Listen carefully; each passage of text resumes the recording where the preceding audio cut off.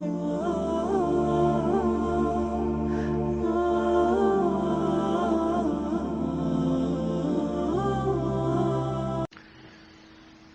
سارے لوگ یہ کہتے ہیں کہ ہمارے مزاج میں بہتری نہیں آتی. ہم دین کی بات سنتے بھی ہیں، پڑھتے بھی ہیں، دینی مجالس کو اختیار بھی کرتے ہیں، لیکن اکھڑا مزاج، بد تہذیبی، دل کی سختی، یہ چیزیں ختم نہیں ہو رہی. یہ ختم نہیں ہوں گی، کیونکہ جب تک اس کا علاج نہیں کیا جائے گا یہ ختم نہیں ہو سکتی. ہوں گی اس کے لیے جو ختم کرنے کا علاج اختیار کرے گا. علاج کیا ہے؟ 5 علاج ہیں اس کے جو ایک مسلمان کو اختیار کرنے چاہیے. سب سے پہلا علاج ذکر اللہ. جب تک اللہ کا ذکر زبان پہ نہیں آئے گا اس وقت تک دل ملائم نہیں ہوگا، اس وقت تک روحانی طاقت نہیں پیدا ہوگی. روحانی پاور نہیں ہے تو شیطان کا غلبہ کسی وقت بھی ہو سکتا ہے. اللہ کا ذکر کثرت سے کیا جائے تو انسان اکھڑے مزاج سے بچ سکتا ہے. موسیٰ علیہ الصلوۃ والسلام نے اپنے رب سے گزارش کی، اے اللہ مجھے غصہ بہت آتا ہے.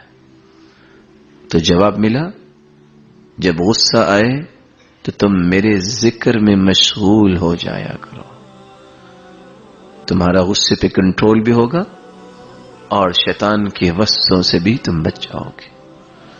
دوسرا علاج، رسول اللہ صلی اللہ علیہ وسلم کے پاس ایک شخص آیا، فشکا الیہ قسوۃ قلبہ، کہا میرا دل بہت سخت ہے، بہت سوچتا ہوں، دل کی سختی نہیں جا رہی، میرے معاملات سخت ہیں، لوگوں کے ساتھ رویے برے ہیں. یہ کیسے نرمی میں بدل سکتے ہیں؟ قال وامسح رأس الیتیم. اگر اپنے دل کو نرم کرنا چاہتے ہو اور اکھڑے مزاج کو پولائٹ بنانا چاہتے ہو، رأس الیتیم، یتیم کے سر پہ ہاتھ رکھو، اس کے ساتھ خیر خواہی کرو، اس کی کفالت کرو، اس کی نگہداشت کرو، اس کی ضروریات کو پورا کرو.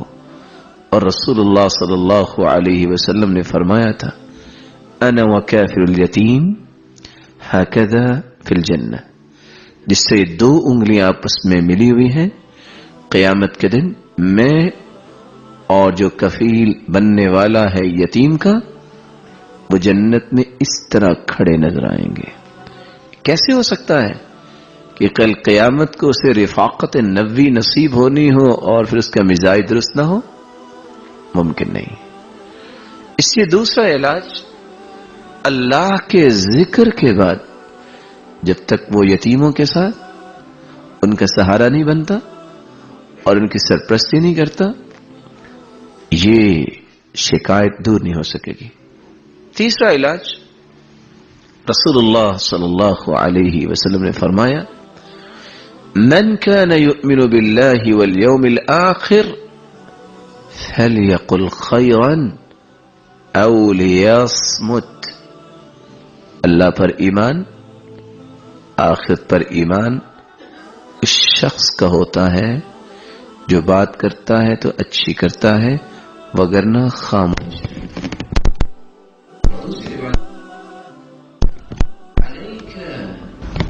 بحسن وطول الصمت. میرے صحابی، زندگی کے سب سے بڑے انعام 2 ہیں، یہ لے لو، حسن اخلاق، لمبی خاموشی. یہ لمبی خاموشی کیا ہے؟ ضرورت کی بات، فائدے مند بات جو نیکی کا کام دے، خیر کا کام دے، باعث برکت بات بن جائے. والذی نفسی بیدی، اللہ کی قسم جس کے ہاتھ میں محمد کی جان ہے. یہ حسن خلق اور یہ لمبی خاموشی اللہ تعالیٰ نے اس سے بڑی نعمتیں دنیا میں اتاری ہی نہیں ہے. ان دو نعمتوں کو اختیار کیا جائے. چوتھا علاج دل کی سختی کو دور کرنے کا، اکھڑے مزاج سے بچنے کا چوتھا علاج یہ ہے کہ انسان نوافل پڑھے، اور وہ بھی اکیلا، لوگوں کے سامنے نہیں. آپ سوچ رہے ہوں گے کیوں لوگوں کے سامنے کیوں نہیں؟ کیونکہ صحیح الجامع کی روایت ہے، صلاة الرجل حيث لا يراه الناس تفضل على 25 صلاة حيث يراه الناس. لوگوں کے سامنے جو آپ 2 رکعت ادا کرتے ہیں، اگر آپ اکیلے میں 2 رکعت پڑھیں تو ان دونوں کے اجر میں 25 گنا فرق ہے. اس لیے رات کی تاریکی میں ربیع بن کعب رضی اللہ تعالی عنہ اللہ کے رسول صلی اللہ علیہ وسلم کی خدمت کے لیے آئے. دیکھیے رشتہ کتنا پیارا ہے شاگرد اور استاد کا. ان کو صرف اس بات کی لگن ہے کہ میں وضو کے لیے پانی پیش میں خود کروں، حالانکہ وضو کرنا، لیکن یہ تصورات ہیں جس کو نصیب ہو جائیں. یہی وہ راز ہیں، اسرار ہیں جو عبداللہ ابن عباس کو اللہ نے عطا کیے. اتنی بڑی دعا لے لی اپنے استاد سے، اللہم علمہ التأویل وفقہہ فی الدین. اس بہت بڑی دعا کا سبب کیا تھا؟ صرف وضو کے لیے پانی میسر کیا تھا. خیر فرماتے ہیں اتیت بوضوئہ وحاجتی، میں آپ کے لیے پانی لے کے آیا اور آپ کی ضروریات کو لے کے آیا.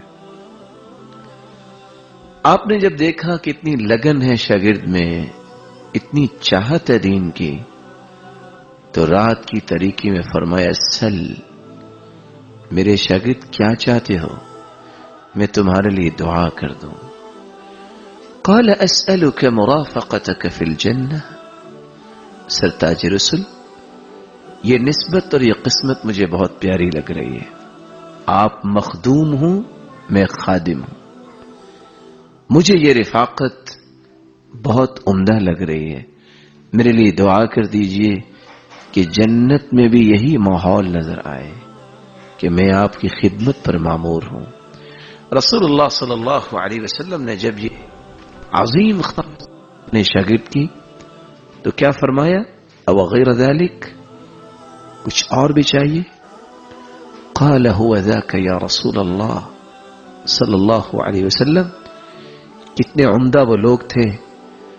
کہا سرتاج رسول، آپ کی صحبت اور جنت جس کو مل گئی باقی کیا بچا ہے، مجھے اور کچھ نہیں چاہیے.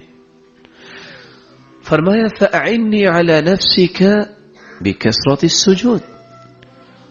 اگر تم یہی کچھ چاہتے ہو تو پھر نوافل پڑھا کرو. یہ انسان کے تکبر کو بھی توڑتا ہے اور اس کے جسمانی ہیجان کو بھی کنٹرول کرتا ہے اور دماغی غلیان کو بھی توازن میں لاتا ہے. انسان جتنی چاہے اپنے آپ کو بلند کرنے کی تڑپ رکھتا ہو، نوافل توڑ دیتے ہیں اس کے اندر توازن پیدا کرتے ہیں اور اس کو اعتدال پیش کرتے ہیں. یہ اعتدال پہ چلانا یہ بہت بڑی نعمت ہے. اور 5واں علاج جس کو قرآن مجید نے بیان کیا ہے، اولادیں یا اولادوں والے اگر اس بات کو سمجھ جائیں جو راز خود قرآن نے بیان کر دیا ہے، کس طرح اکھڑا مزاج درست ہو سکتا ہے اور کس طرح اس کی زندگی خوبصورت بن سکتی ہے.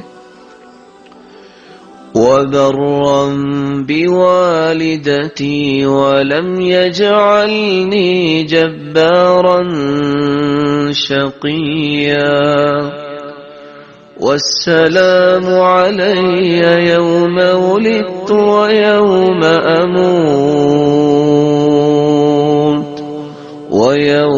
أموت ويوم أبعث حيا.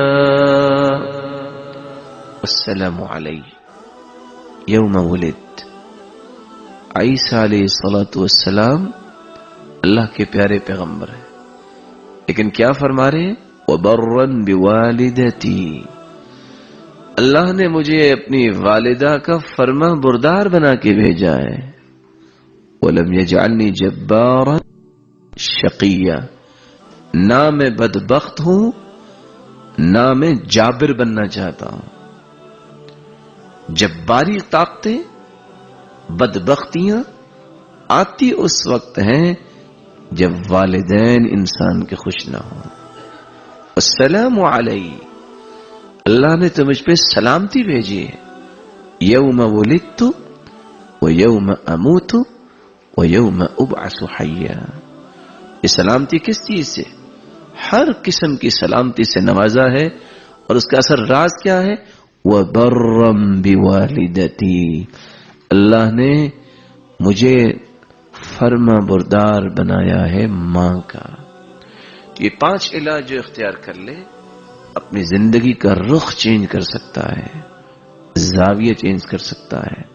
اور یاد رکھیے گا، جو شخص یہ سمجھتا ہے کہ والدین کے اس پہلو سے وہ آنکھیں بند کر کے گزر جائے اور بہت ساری خوشیاں لے لے، ممکن نہیں.